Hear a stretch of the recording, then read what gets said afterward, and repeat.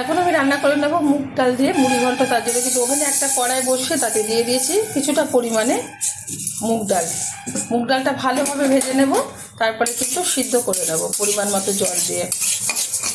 খুব ভালোভাবে ভেজে নিচ্ছি, হাই আছে। খুব ভালোভাবে মুগ ডালটা আমি ভেজে নিয়েছি। এই যে ডালের কালারটা কিন্তু চেঞ্জ হয়ে গেছে। এখন দিয়ে দিচ্ছি একটা তেজপাতা, দিয়ে দিচ্ছি পরিমাণ মতো জল। ভালোভাবে সিদ্ধ করে নেব। ডালটা এমনভাবে সিদ্ধ করতে হবে যাতে গোটা গোটা থাকবে, কিন্তু মানে হাত দিলে গলে যাবে, এরকমভাবে সিদ্ধ করে নিতে হবে। যাদের হাতে সময় কম তারা প্রেসারে একটা সিটি দিয়ে আপনার ডালটা সিদ্ধ করে নিতে পারেন। তবে আজকে আমি কড়াইতে সিদ্ধ করে নিচ্ছি। ডালটা ভালো করে সিদ্ধ করার পর আমি ঢেলে দিয়েছি একটা পাত্রে। তারপরে কড়াইটা ভালো করে দিয়ে পরিষ্কার করে দিয়ে দিয়েছি পরিমাণ মতো তেল। আর এদিকে একটা কাতলা মাছের মাথা, বড় সাইজের, ভালো করে দিয়ে পরিষ্কার করে নুন হলুদ মাখিয়ে নিয়েছি। এবার আমি এটা খুব সুন্দরভাবে ভেজে নেবো। যত সুন্দরভাবে ভাজা হবে তত কিন্তু টেস্টফুল হবে, আর কাঁচা গন্ধ বেরিয়ে আসবে না। যে আস্তে গন্ধটা সেটা কিন্তু বেরিয়ে আসবে না। উল্টে পাল্টে লাল লাল করে ভেজে নেব।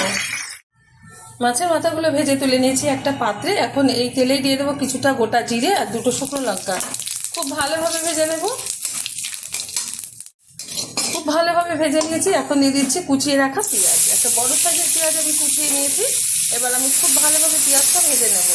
দিয়ে দিচ্ছি এর মধ্যে হাফ চামচ হলুদ গুঁড়ো, দিয়ে দিচ্ছি হাফ চামচ জিরের গুঁড়ো। আপনারা এখানে ধনের গুঁড়ো ব্যবহার করতে পারেন। দিয়ে দিচ্ছি 3টে কাঁচা লঙ্কা, আমি গোটায় রেখেছি, আমি কিন্তু চিড়ে ব্যবহার করিনি। অনেকে ডালে ঝাল খায় না, যারা ঝাল খায় না তারা এরকমভাবেই দেবে। আর যারা ঝাল খেয়ে থাকেন তারা চিড়ে লঙ্কাটা ব্যবহার করবে। খুব ভালোভাবে ভেজে নিচ্ছি। খুব ভালোভাবে পেঁয়াজ লঙ্কাগুলো ভেজে নিয়েছি। এখন দিয়ে দেবো এর মধ্যে কিছুটা আদা বাটা, রসুন বাটা আর অর্ধেক টমেটো আমি টুকরো করে নিয়েছি। এবার খুব ভালোভাবে এটা কষিয়ে নেব তেলের সাথে আর যে উপকরণটা আছে তার সাথে।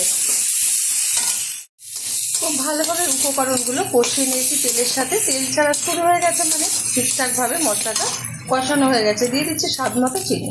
যাদের মিষ্টিটা অপছন্দ তারা ব্যবহার করবে না, তবে মুড়ি ঘন্টটা একটু মিষ্টি দিলে ভালো লাগে।